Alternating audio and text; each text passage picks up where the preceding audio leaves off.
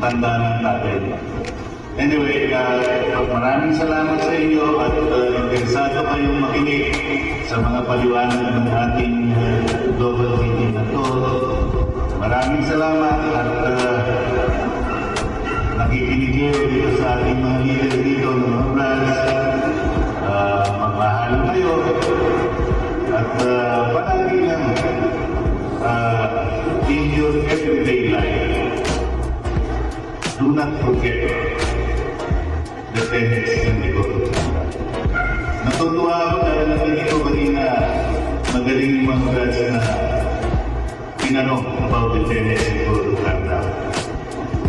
Ang buhay natin, tayo nagiging Kristilyo, hindi dahil sa dami ng palo o dami ng pinagdaanan.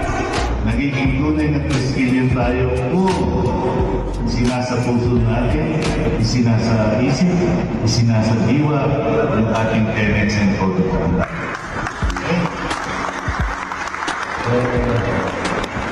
Yun lang. Maraming salamat ulit. At mabuhay kayo at mahalan kayo. Okay?